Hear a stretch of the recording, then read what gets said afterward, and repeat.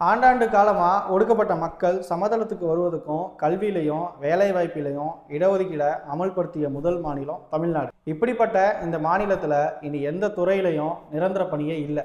100க்கு 100 விழுக்காடு பட்டியலின மக்கள் பணியாற்றும் துப்புரவு பணிகளை தனியாருக்கு விடுவது விளிம்பு நிலை மக்களின் பணி நிரந்தரத்தை அழித்து ஒப்பந்த கூலியாக்கி சம்பளத்தை பறித்து வாழ்க்கை நீர்மூலமாக்கிடும். 2000 ஆண்டில் சிங்கார சென்னை என்ன சிங்கப்பூரை சேர்ந்த ஓனிக்ஸ் நிறுவனம் குப்பல்ல உள்ள வந்துச்சு. 2007 Neel metal Fanalca, 2014 Ramky, 2020 Urbaser Sumeet Chennai enviro solution லிமிடெட்னு தனியார் நிறுவனங்கள் குப்பல்ல அனுமதிச்சாங்க. இன்னைக்கு இருக்க 15 மண்டலங்கள்ல 11 மண்டலங்கள் உபசேர் சுமித் சென்னை என்விரோ நிறுவனம் தான் குப்பல். இது குப்பைக்கு பதிலாக கல்லையும் மண்ணையும் எடை போட்டு மக்கள் வரி பணத்தை கொள்ளையடித்த ராம்கி நிறுவனத்தையும் அதிகார வர்க்கத்தையும் ஆதாரத்தோட 2014ஆம் ஆண்டில் அம்பலப்படுத்தினார் மார்க்சிஸ்ட் கம்யூனிஸ்ட் கட்சியின் மாமன்ற உறுப்பினர் பா தேவி அவர்கள். அதே கம்பெனி இன்னைக்கு சென்னை என்விரோ லிமிடெட்னு பேரை மாற்றி செயல்படுது. இந்நிறுவனங்கள் எல்லாமே குப்பல்றதுக்கு வர்த்தக நிறுவனங்களிலும் ஹோட்டல்களிலும் பணம் வாங்குறாங்க. இந்த நிறுவனங்கள் பிரதான சாலைகளில் வசிக்கக்கூடிய மேல்தட்டு மக்கள் இருக்க பகுதிகளை சுத்தம் செய்வதும் நடுத்தர மக்கள் மற்றும் தொழிலாளர்கள் வசிக்கும் பகுதிகளில் குப்பை எல்லாமே போறாங்க.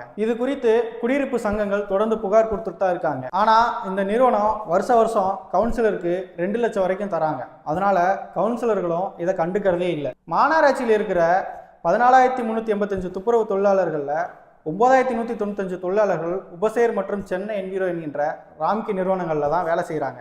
சட்டப்படி வழங்கப்பட வேண்டிய குறைந்தபட்ச கூலி ஒரு நாளைக்கு ரூபாய் 750ன்னு கணக்கிட்டு 22,590 ரூபா வழங்குது மாநகராட்சி. ஆனால் இந்த தனியார் நிறுவனங்கள் மாதம் 12,000 ரூபா கொடுத்து தொழிலாளர்களோட உழைப்பை கொள்ளையடிக்குது. 2008க்கு அப்புறம் துப்புரவு நிரந்தர பணிக்கு ஒருவரை கூட மாநகராட்சி எடுக்கல அப்படிங்கிறது குறிப்பிடத்தக்கது. மாநகராட்சி பொறுப்பில் இருக்க 4 மண்டலங்களை தனியாருக்கு விட மாநகராட்சி ஆயத்தமாகிட்டு இருக்கு. 2021ஆம் ஆண்டில் அதிமுக கொண்டு வந்த தனியார் மயத்தை எதிர்த்து 3 நாட்கள் தொடர் போராட்டத்தை நடத்தியது செங்கொடி சங்கம். நான் ஆட்சிக்கு வந்தா 10 ஆண்டுக்கு மேல வேலை செய்யற ஒப்பந்த தொழிலாளர்களை நிரந்தரமாக்குவேன் அப்படின்னு வாக்குறுதி கொடுத்தாரு முதல்வர் மு.க. ஸ்டாலின். ஆட்சிக்கு வந்து 3 ஆண்டு ஆச்சு, இன்னும் எந்த நடவடிக்கையும் எடுக்கல. தனியார் மையம் என்பது தொழிலாளர்களுக்கு மட்டுமல்ல ஒட்டுமொத்த மக்களுக்கும் எதிராக இருக்குன்றத இந்த விஷயத்துல இருந்து பார்க்க முடியுது. இதை பத்தி நீங்க என்ன நினைக்கிறீங்க அப்படிங்கிறத கமெண்ட் பண்ணுங்க, நாங்க பார்த்து தெரிஞ்சுக்கிறோம்.